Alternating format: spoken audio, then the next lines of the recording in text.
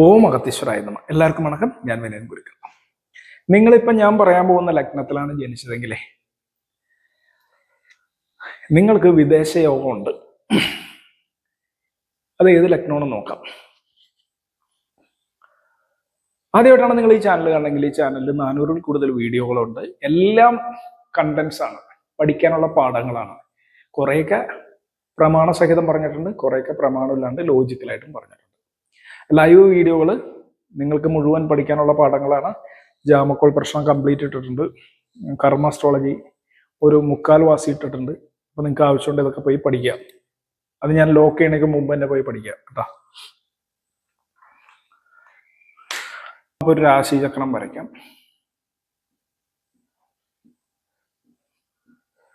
അതില് നിങ്ങളുടെ ലഗ്നം വൃശ്ചിക ലഗ്നമാണെങ്കിൽ നിങ്ങൾക്ക് വിദേശത്ത് പോകാനുള്ള ഓഫർ വരും.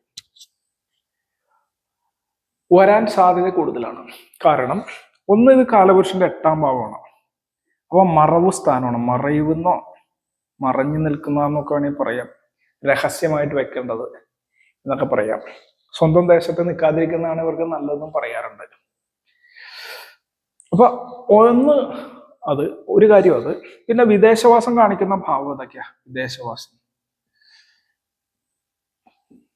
12, 9, 8 ഉണ്ട്. പോയി വരികയാണെങ്കിൽ 7 ഉണ്ട്. ഇതിൽ പ്രധാനമായിട്ടും പ്രത്യേകിച്ച് KP മുറയിലൊക്കെ 9ാം ഭാവം കൂടുതലായിട്ട് എടുക്കും. ഇവിടെ 9ാം ഭാവം വരുന്നത്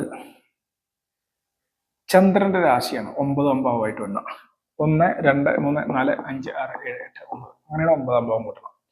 അപ്പൊ 9ാം ഭാവമായിട്ട് വന്ന ചന്ദ്രന്റെ രാശിയാണ്. അപ്പൊ ചന്ദ്രൻ ആരാ?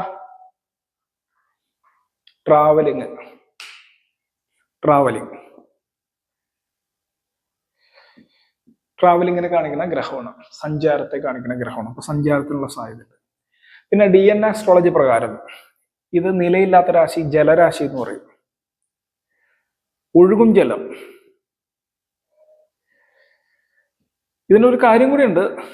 നിങ്ങൾക്ക് ഓരോ ഓപ്പർച്യൂണിറ്റീസ് വന്നിട്ട് നിങ്ങൾ ആ സമയം അത് യൂസ് ചെയ്തില്ല എന്നുണ്ടെങ്കിൽ അത് പിന്നെ വരില്ല. അങ്ങനെ ഒരു കുഴപ്പം കൂടിയുണ്ട് ഈ കടകരാശിക്ക്. അപ്പൊ നിങ്ങളുടെ 9ാം ഭാവം വിദേശത്ത് പോവുക, വിദേശത്ത് പോയി അവിടെ നിൽക്കുക, അവിടെ പോയി പഠിക്കാനായിട്ട് ഓഫർ വരിക എന്നൊക്കെ ഉള്ളതൊക്കെ നിങ്ങൾക്ക് വന്നാൽ നിങ്ങൾ ആ സമയം എടുത്തില്ല എന്നുണ്ടെങ്കിൽ പിന്നെ വന്നൊന്നുമില്ല. പക്ഷെ ഏറെക്കുറെ നിങ്ങൾക്ക് ഓഫറുകൾ വന്നുകൊണ്ടിരിക്കും. നിങ്ങളത് നല്ലതാണെങ്കിൽ അത് ഇനി പിന്നെ ആവട്ടെ, പിന്നെ ഓഫർ വരുന്ന വെച്ചാൽ ആ ഓഫർ പോയി കിട്ടും.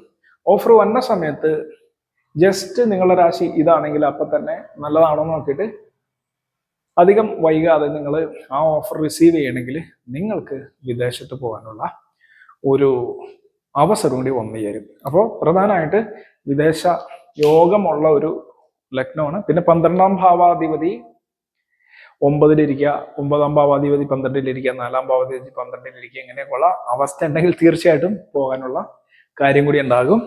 ഈ രാശി ഒരു നോട്ടബിൾ രാശിയാണെന്ന് കൂടി ഓർക്കാം. ഇന്നേക്ക് ഇത്രയുള്ള എല്ലാവർക്കും ഒരിക്കൽ കൂടി വണക്കം. ഓം അഗത്തീശ്വരായ നമഃ.